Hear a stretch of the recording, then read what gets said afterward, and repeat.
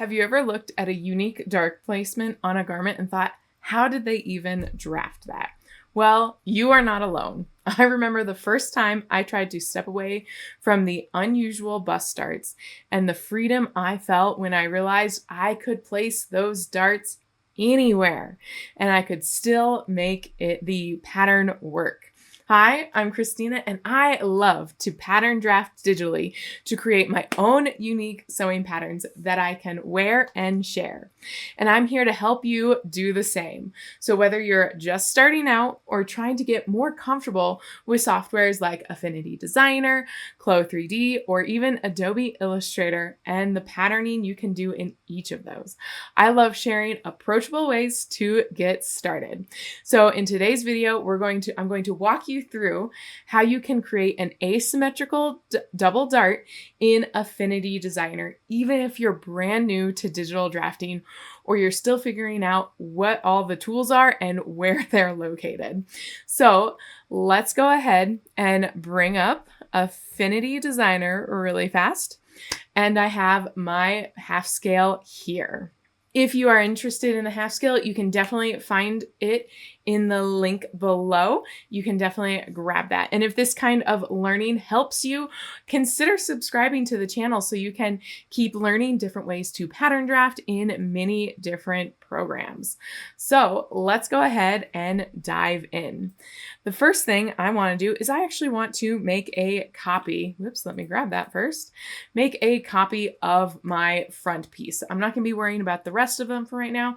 I'm only going to be worrying about this very front piece. I like to always make a copy, so I always have that original half scale. I can go back to it. I have a few other half scales on this same board that I've played around with and messed around with to give it a try. So now that I have it pulled off, I'm going to be doing a double asymmetrical dart that's going to cross that center line of symmetry. So each side is going to be different. And because it's going to be asymmetrical, what I'm going to do is I'm going to do a copy paste. So now I have two there. We're going to click on that top one, flip it over, and we're going to make sure to get it lined up. Select them both, come over to our Pathfinder. Oops, I don't think I quite got them. There we go. We're wanting them to overlap. Give that a try. There we go. So now I have my one pattern piece, my one front pattern piece without that center front line. I'm going to just zoom in just a little bit so we can take a better look at it and you can see it a little bit better. So I'm going to do two asymmetrical darts from the shoulder down to both bust points, but I want them both coming from the same shoulder point. So what I'm going to do is I'm going to get my knife tool, and then I want to make sure to have this straight line clicked in. If you don't, so right now I have that straight line. If you don't have that straight line clicked, you don't get a perfectly straight line, which can be very nice depending on what you're looking for. But right now I want to get as straight of a line as possible.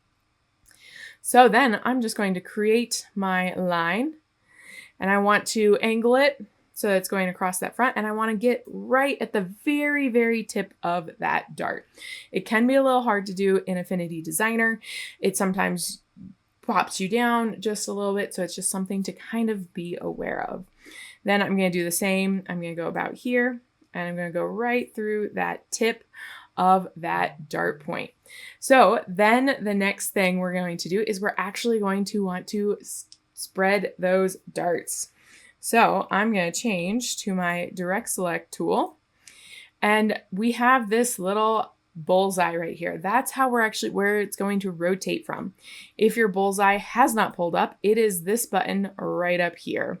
So you will want to use that, and then you can pull that, and you're going to want to pull it right to that bust point, and we're going to rotate one closed like that. Then we're going to grab the next one, pull it right to the point we want it to rotate on, rotate that one closed, and we now have our asymmetrical darts coming from a different area. And I can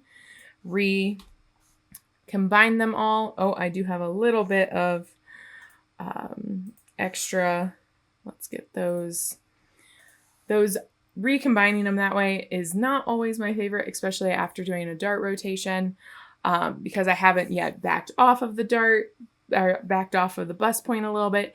So if I were to actually sew this one together, it would probably be a little bit too pointy at the dart, and I need to actually, or at the very bust point, I need to back off that bust point just a little bit.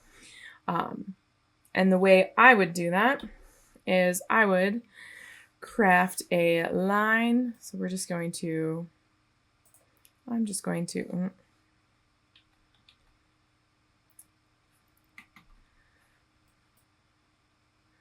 going to draft a line like that.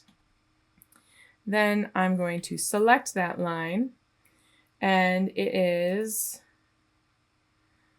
0.6, so I'm going to put 0.75, reline it up right at that point where I want it. Then I'm going to do a copy, paste, and also put it at that one. Then, if I was wanting to rotate it,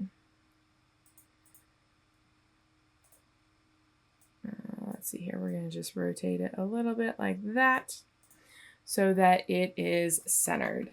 Oops, not zoom in, we're going to zoom out. Then the last thing I would do is I would actually pen out a new pattern. So I'm going to start the points, and I actually want it to follow. There we go. So I can easily see where all I am putting my points. And we're just going to click all the way around.